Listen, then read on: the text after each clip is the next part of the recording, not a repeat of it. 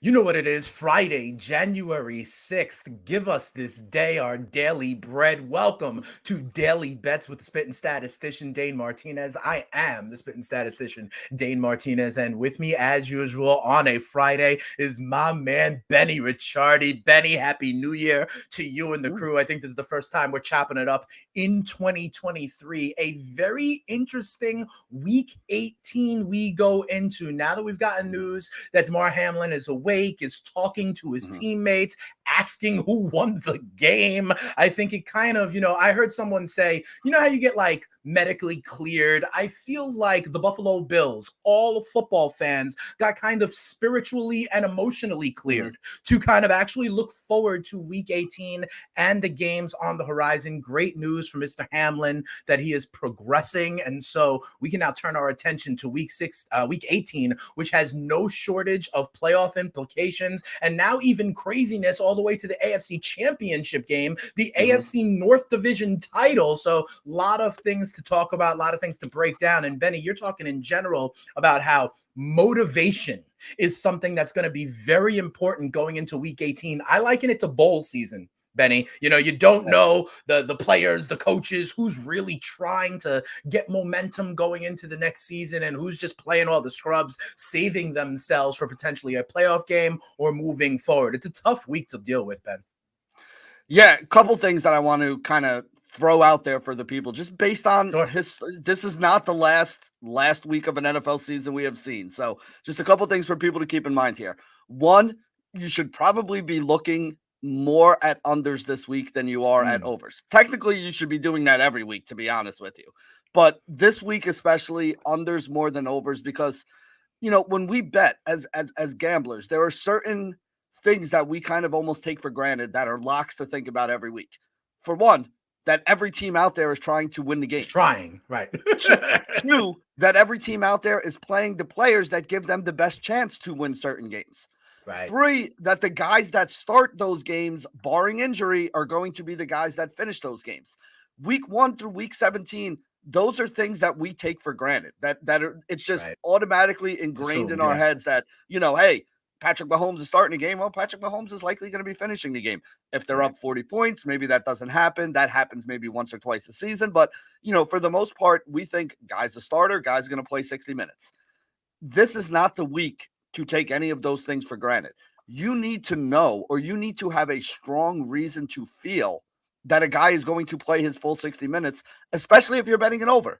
Because again, some of these guys may come out like, listen, I honestly think the Philadelphia Eagles offense is going to come out and put up a big number in the first half. But I wouldn't play any of the Eagles starters against the Giants because I don't know how long they're going to be in the game for. There are a lot of other situations like that as well that I'm avoiding. So really, and as I said to you before we got on air here, there were like 3 or 4 games that I dug into deep looking to see what plays I want. And the other 12, not that I didn't look at them, but there are too many question marks for me to be like, I know for sure that X, Y, or Z is going to happen. And if you're gambling and you can't say, I am reasonably certain at least that X, Y, and Z is going to happen, you should not be touching that game. And there's a lot of games like that this week. No, absolutely. They are. That's why. One more thing. Heads or tails, Dane? Oh, that's the AFC North, right? Tails never fails, bro. Tails never fails.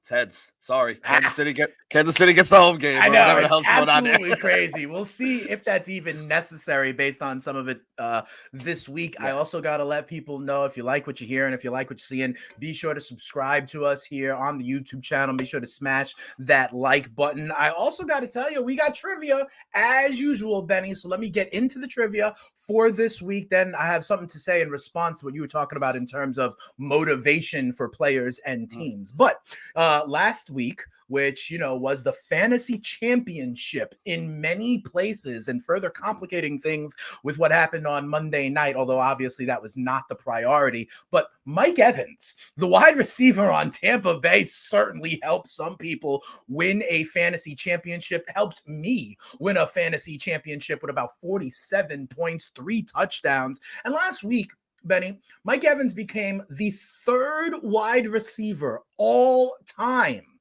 to have 9 straight seasons of over 1,000 yards receiving. You could book it. Mike Evans went over 1,000 yards this year and for the last 9 seasons. So my question to you, Benny, is who did he join in that illustrious club? Who are the other 2 wideouts who did have 9 straight seasons of 1,000 yards receiving? I see Benny making some notes there. We'll ask him about it again at the end of the show. Now, Benny, you were talking about motivation, and I completely agree with you. We're hearing teams that are going to rest their starters, maybe not. The Tennessee Titans, for example, rested their starters in week 17. Why? Because they knew that no matter what happened against Dallas, they were going to be playing the Jacksonville Jaguars tomorrow night and the AFC South Championship, and a playoff home game would be on the line. So, Benny, Tennessee and Jacksonville is definitely one of those games where I think we can hang our hat on the motivation of players. But I want to add something else, something, Benny, I am so excited about. Okay, week 18, while you're right, motivation is hard to handicap, it also affords us an opportunity because I can identify some players who do have motivation. Extra motivation, in fact, Benny. This is the last season to accumulate regular season numbers. And Benny, far and wide in the NFL, there are players who have incentives in their contracts to get to a certain number and get real-time bonuses, okay? I don't know if you remember a couple of years ago, Benny, they had Rob Gronkowski mic'd up. All right. And he needed, I think, like 7 catches or like 80 yards to get to, some threshold or 1,000 for the season. And that would have been a bonus for him of $1 million. Okay. He was mic'd up and you heard him on the sidelines like, yo, my boy Tom's going to get me that milli. Tom's going to get me that milli. Then he got over the numbers he needed and he was celebrating with guys on the sideline being like, we going to the town tonight. We going out tonight. So if you think that these guys are not talking about it in the locker room or have it on their mind, you are absolutely bugging. So let me give you a couple, Benny, in a game where I know you believe motivation will be there for both teams. I've got not 1, but 2 Jacksonville Jaguars wideouts, Benny, who fit this. Now check this out. My man Zay Jones, Benny, he's got 802 yards receiving on the season. Okay, 802. If he gets to 900, it's $500,000 for him, Benny. 98 receiving yards. He gets $500,000. I went and checked his prop. It's 53.5 receiving yards. I am taking the over. I might take the alternate. I might play the ladder on Zay Jones and get to 100. And here's the other thing, Benny. The Tennessee Titans pass defense, dead last in the NFL. They've given up 4,400 yards. So you got a bad pass defense. You got motivation for the Jaguars as a team to win the division and kind of motivation for Zay Jones. If he gets 98 more yards, that's $500,000. But here's the other thing, Betty. His teammate on the other side also has something he's going for. Christian Kirk has 1,009 receiving yards so far. If he gets to 1,100, it's a cool $500,000 for Christian Kirk as well. And his number is 58.5 yards. So I'm telling you, everybody, right now, go and hammer the overs on Christian Kirk and on Zay Jones. They're playing the worst pass defense in the NFL. They have motivation, and they got a little bit of personal motivation as well. The total is a good 40 yards beneath what they need. I'm going under on the regular prop, and Benny, I'm considering playing the ladder up to that century mark because that's what they're going to need to get a cool $500,000. And they're talking about it in the wide receiver room in Duval County, my friend. So let me ask this question. I know you said you talked about the alternate line and you talked there, and I don't disagree with you, especially the Zay Jones one. I like a lot here because he had a big game against them the first time. Yes. He is, in my opinion, the slightly better matchup. 8 for 77 and a touchdown last time they played. And I think the slightly better matchup is for the receivers on the outside. Kirk plays a little more on the inside. Not that I don't think Christian Kirk is a good one, but, I like the Zay Jones one a little more. He needs 98. Are you playing the 53.5? And then you said you were going to ladder it up. To me, the way I want to do it is I want to play the 53.5 because I do think he's going to go over that. That was one of the ones that we both talked about. And then I want to play whatever I could find that is closest to that number mark that he needs. So like, I haven't looked, but probably 105.5 or probably 100, maybe right? 100. They'll go like 80, 90, 100, probably something like that. I think the way I'm doing it, Benny, is this over at the 53.5.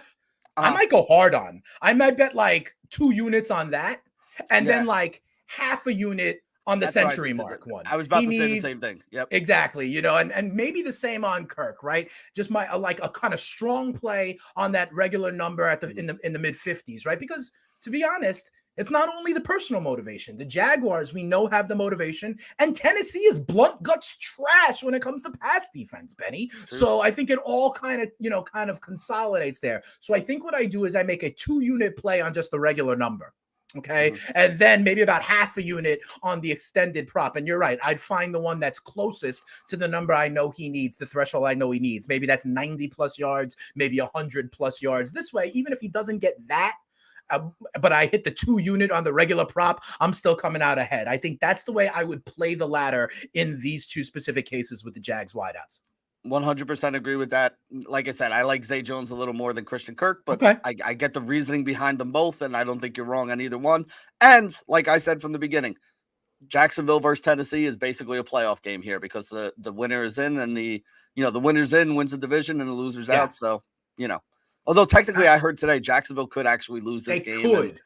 Get in if Miami, New England. Because if they lose, they go to 8-9, I believe, right? Yeah. And then if Miami and New England and Pittsburgh all lose, then all 4 of those teams would be at 8-9. And I believe in that scenario, Jacksonville would qualify as the 7 seed. But there's a lot of help involved there. Their easiest path is to obviously just win tomorrow night. You've also got someone in this game, Benny. I don't know. His contract incentives are probably a little bit higher, but who do you like in this game to go over their number?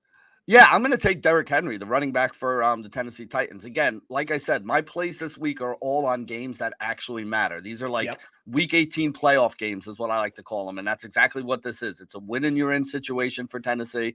They decided that Malik Willis is not going to be the quarterback there. They're going to have Josh Dobbs, which honestly I agree. I think it gives them a better chance to win. And you know what gives this Tennessee Titans team the best chance to win? Feeding the ball to Derrick Henry. And we talk about it all the time at the end of seasons, and just look at what he's done the last 3 weeks. 17, 121-1 against this exact same opponent 3 weeks ago. 4 weeks ago. He didn't play last week. The game after that, 21 carries, 104 yards versus the Chargers. Game after that, 23 carries, 126 yards against the Houston Texans. You are going to get 20 carries from Derrick Henry in this game. If you get 20 carries from Derrick Henry in this game, there's a good chance Derrick Henry is going to hit that century mark there. 89.5 is the rushing yard total I see at basically every book that's out there. I like the over on Derrick Henry, 89.5 rushing yards. If Tennessee is going to win this game with technically their 3rd string quarterback now starting this game, the way it's going to happen is by running Derrick Henry early and often and watching him rack up all those yards. So Derrick Henry over 89.5 yards rushing is my first play this week. I like that. We've been on Derrick Henry on some of those stat lines you were talking about. I think we actually remember we were trying to set the line against the Houston Texans, what it would be. And then they came out, I think it was like 111. And it was 110, and I pounded it. I pounded it and told everybody else to do it. Yeah, we hammered it. And I think that was the game. He got 120 something. So he definitely went over that number. And you're right. The Titans also have it all on the line for themselves. Kind of the lead punch. Option A is giving the ball to Derrick Henry. I also want to ask you, there's another, I got another team. I don't know if you think they qualify as like the motivation. I'm talking about the Los Angeles Chargers, Benny. They're playing Denver. Denver obviously doesn't have much to play for except potentially impressing like a new head coach that would be coming in right in the offseason, put some good stuff on tape. But I believe the Chargers do have the Chargers, I believe, could wind up as the 5 or the 6 seed. They could be the number 1 wild card or the number 2 wild card based on what they do. And of course, what Baltimore, I think, does as well, right? And that could be the difference. Listen, if you're the 5 seed, you're going on the road to the AFC South champion, right? And that's a lot different, in my opinion, than having to go to, say, Buffalo or Cincinnati or Baltimore, right? Those are colder weather towns, and said for a team like the Chargers to maybe have to go down to Duval would be a lot better. I think that they're going to be playing for it. And here's the thing. I did a little bit of digging, Benny, and I found not one, but two pass catchers on the Chargers who also have incentives well within reach. All right, Benny, this one might be my favorite because, quite frankly, the prop hasn't come out yet. A lot of the props aren't out just yet, but I believe when the prop comes out, it's going to be right around this number. So we're not going to have to be playing the ladder or the alternate or anything like that. First one, Benny, Chargers tight end, Gerald Everett, my friend. He's got 55 catches on the season. If he gets to 60, he gets a clean $250,000. So he needs to get 5 receptions to hit this number. And honestly, Benny, the props for him have usually been around 4.5, 5.5. That's right around what he would normally get. The Denver Broncos, the team they're playing, they allow 5.9 receptions to tight ends so far this season. That is second most in the NFL. These teams played each other in week 6, and Gerald Everett had 5 catches in that game. So that would get him to that exact number. He is a real part of this offense, even though I know Keenan Allen is back. I know Mike Williams is back, but Gerald Everett has been a piece of this. And if he gets 5 catches, he gets $250,000. So I think that one is one to file away. And then Benny, I'll give you another one. And this is getting a little cute. When Mike Williams was out, when Keenan Allen was out, there were a few other wide receivers who started to kind of get action, right? Get targets. One of them was Palmer, and the other one was DeAndre Carter. DeAndre Carter, Benny, has 43 receptions so far on the season. If he gets to 45, he gets $250,000, Benny. So 2 catches from DeAndre Carter will get him $250,000. And to be honest, ever since Keenan Allen and Mike Williams have come back, he's kind of been in the background. He's only had 5 catches since week 13, but I think that's great because, Benny, I think they're going to set his receptions prop at 1.5. I really do. I think they're going to set the number at 1.5, and all he needs is 2. Now, this is the kind of one where I bet at practice, he's telling Justin Herbert, man, I just need 2. I just need 2. Come on, can you get me 2? And we believe the Chargers are a good team. I believe the Chargers are going to beat Denver. And so you can understand this is one where in the fourth quarter, they could just get it for him. They could just have a little drive at the end where they're like, we got to pepper him and get a couple of targets for him. So DeAndre Carter, 2 catches for $250,000. Gerald Everett, 5 catches for $250,000 as the Los Angeles Chargers play the Denver Broncos. And I do believe they could be the number 1 or the number 2 wild card. And for them being the number 5 seed, potentially going to Jacksonville or going to Tennessee to see a 3rd string quarterback is a lot better than potentially having to go to Buffalo or go to Cincinnati and see Joe Burrow. So I think the Chargers are going to be full bore, and these are 2 of the guys that can help him, Benny. Yeah, I like the DeAndre Carter one because they could just throw him, like if they really want to get it to him, they could just throw him like 2 screen passes, right? They can get him do and honestly, he could take those bubble screens for like 30, 40 yards. He's got that kind of speed. So I mean, to me, that's if they want him to get it, I think they could definitely get that one. Not that I don't like the Everett one. I like the Everett one too, because the middle of the field is where you usually attack the Denver Broncos, right? They got good corners on the outside, so you want to go to the middle of the field. Keenan Allen, Gerald Everett, those are the guys. But like 5 it's not an insignificant number, right? Like it's not, like if the game gets out of hand in the fourth quarter, maybe he doesn't get the fourth quarter. If if the Chargers are winning and they actually get their running game going, I can't believe I just said that. That's not going to happen. All right. So anyway, there's a much better chance that it's going to be through the air there. Yeah, but I like both of those there. I think both of those make sense. And the Chargers are one of those teams that I said there's probably about 4 games that really kind of matter this week, and I think that's probably going to be one of them. All right. Yeah, absolutely. Okay. So we love the Zay Jones one. I also think with this DeAndre Carter one, I think they're going to set the number at 1.5, Benny. Judging on like where he's been over the last couple of games, they're going to set it at 1.5, and the team will be motivated to get it for him. What you got? Let me throw this out there for you. Let's say Everett comes back at 5.5. Are you still interested? Or do you want to go or at that point do you go, you know what?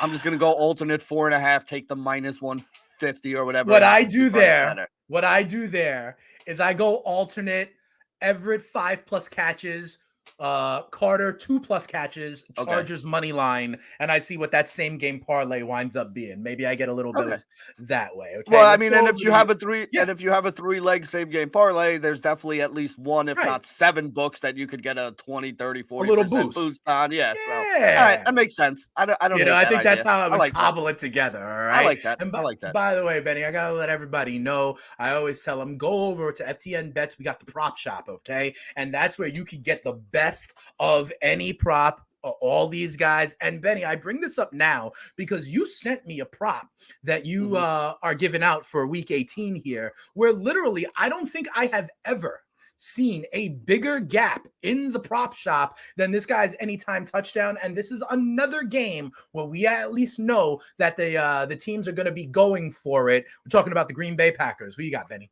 Yeah, so most of the subscribers over at FTN Bets already know this one because I told them in Discord this morning, like, go bet this now because I'm shocked. You and I just checked right before we came on air because I'm shocked that this number hasn't moved yet. But here we go. Go over to the prop shop on FTN Bets. Put in AJ Dillon's name, right? And when you put in AJ Dillon's name, you scroll down the page a little bit to anytime touchdown scorer. So FanDuel right now, the number is -210. Bet 365, it's -265. Which not hard to remember because Bet 365 -265. Points bet -210. And for some reason, which I do not understand whatsoever, Caesars has this priced at +128. So let's go through the numbers right here, Dane. It's ridiculous. At -210, they're basically saying it's a 67% chance that he's going to get into the end zone at -210. Yep. At +128, it is a 43% chance is what Caesars is pricing it at. That is a 24, almost 25% difference between what Caesars thinks his chances to score are and then what, FanDuel and PointsBet and Bet 365 is like a 70% chance at -265. So it's even bigger than that. And here's the deal too. Like, not only is this the most mispriced number that I have seen in the market all season long for a single anytime touchdown score, there are guys that were like +700 on one book and +1,000 on another book. But when you figure out the odds of all that, it's like, they're saying it's 8%. They're saying it's 12%. That's a 4%. That's not that big a deal. We're talking a 24% difference in the chances that these two books are giving this guy to get in the end zone. So Caesars at +128 is the place we want to play it. And here's the deal. If you take all of that stuff out of the equation, it's still an amazing spot for AJ Dillon. Oh, yeah. AJ Dillon, 5 straight games with a rushing touchdown. Detroit Lions rush defense, the 3rd most rushing touchdowns allowed in the entire league. This is another game that you mentioned, Green Bay, Detroit, depending on what happens with that Seattle game, which pisses me off that those two are not going at the same time. Well, regardless, Green Bay is going to want. They could eliminate Detroit. And it's Detroit against Green Bay. So even if Detroit doesn't have anything to play for, the chances of sending Aaron Rodgers home is probably enough motivation for a Detroit team that hates Green Bay anyway, that they're going to go out there and play. So you have the motivation, you have the matchup, and you have a misprice here as well. The 3 M's, motivation, matchup, misprice. My favorite play of the weekend, AJ Dillon, +128, anytime touchdown, over on Caesars Sportsbook. Play it now because if everybody else has this at -200 or longer, there is no way Caesars is not going to move this very soon. And if they don't, then whoever's running the book at Caesars needs to be fired. And it's just that simple because that's an egregious mistake.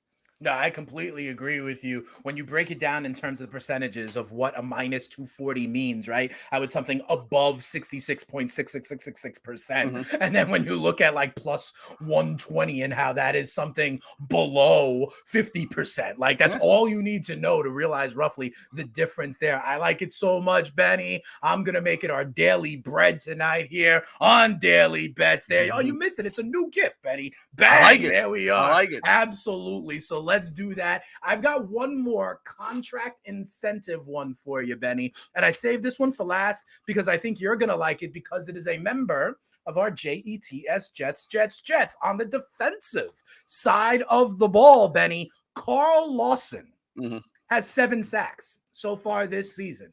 If he gets to 8, Benny, he gets a cool $600,000. So all he needs is one more sack. The Dolphins are playing Skylar Thompson at quarterback. We heard there he's going to get the start. He started the first time the Dolphins played the Jets at MetLife Stadium. He got sacked by the Jets defense twice. So maybe that happens again. And I can see them running a couple stunt games, running a couple twists so that Lawson is the free runner unblocked. I think they're going to try and get him that sack, that 600K if Lawson gets one more. You like that one too? I mean, most of them were like receiving yards and stuff like that. But if he gets another sack, that's a pretty penny right there. And I think that Jets defense is going to try to get it for him.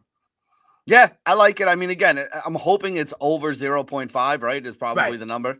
And then what's did you see a payout on it? I haven't seen them come out yet. That's why even some of these Chargers ones, they're not out yet. But it's almost like I'm telling the people here on Daily Bets, file it away. And when you see them come out on Saturday, this is where you should go to. Because to your point, Benny, it's so hard to figure out where the motivation is something you can hang your hat on this week in the NFL. So I'm identifying situations for the people that they could take it to the bank. Yeah, and that's the other problem with this Week 18 situation going on right now, too. It's like, man, like we were doing this show, and two of the reasons why those are the bets that I made here is because like half these other games don't even have most of the props up yet. You know, they're and I get it too, because I mean, if I'm running a sports book, I'm waiting to see who gets announced in, who gets announced out. There's a lot of Christian McCaffrey hasn't practiced this week. Maybe Jalen Hurts plays, maybe he doesn't, which would affect basically every one of the wide receivers on that team if they happen to be, you know, I'd much rather have Jalen Hurts throwing to him than Gardner Minshew. No knock on Minshew, but he did not look great last week. You know, same thing with the Jets now. I mean, you have Skyler against Joey Flacco in that game for Miami and the New York Jets. I mean, not exactly the way I think either one of these teams expected this season to end, but it is what it is. All right, fair enough. So let's go back now and return here to the trivia, Benny. Last thing here, last week, Mike Evans had a huge game helping some people to win their fantasy championship. It is the 9th straight year Mike Evans has gone over the 1,000-yard receiving mark. My question for you are, who are the other two men who have done this in their careers? Was Jerry Rice one of them? Jerry Rice is one of them. So you're halfway home. One more. I need one more here. Is it new school or old school? Give me a hint. They are not currently in the NFL. They have already received a gold jacket. Is it Randy Moss? No, it is not. Randy Moss, I don't think, has gotten into the Hall of Fame just yet. This is already a Hall of Fame wide receiver. Does he have a brother who is on whatever that show is on? Talking smack to Skip? No, it is not Sterling Sharp. It is not Sterling Sharp. Is it one of the Rams guys? You're in the right time frame, though. I will say that. Is it one of the Rams guys? No, it is not. I'll give you one more guess. He toiled in the AFC West for most of his career. AFC West. So we're looking Denver Broncos, Kansas.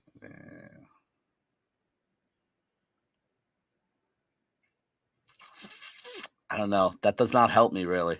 Fair enough. You got Jerry Rice, so you were halfway home. The other one was Raiders standout wide receiver Tim Brown. Tim Brown, okay. Tim Brown, 9 years in a row, reached that Notre Dame guy. And Mike Evans did so as well. So, Benny, I think this is a great episode because we really talked about motivation as well. You'll be back next week to talk about Wild Card Weekend. That'll be some interesting matchups on Monday's show. I hope everybody has a great weekend. On Monday, I'm going to have Michael Govier join me, talk a little bit of TCU and Georgia props for the national championship game. I may give him a little bit of a ribbing because his Michigan Wolverines are not in the championship game, but he'll be joining me for that. I hope everybody has a great weekend. Enjoy the last weekend of the regular season. And again, we are overjoyed to hear the good news as it relates to Damar Hamlin, that he's awake, that he was FaceTiming with his team, and even asked who won the game. If you knew where his heart was, all of our hearts are with Mr. Hamlin, hoping for a full recovery. From my guy, Benny Ricciardi, I am Dane Martinez, the Spittin Statistician. This has been your Daily Bread. Thanks for joining us for another episode of Daily Bets. Have a great weekend, everybody.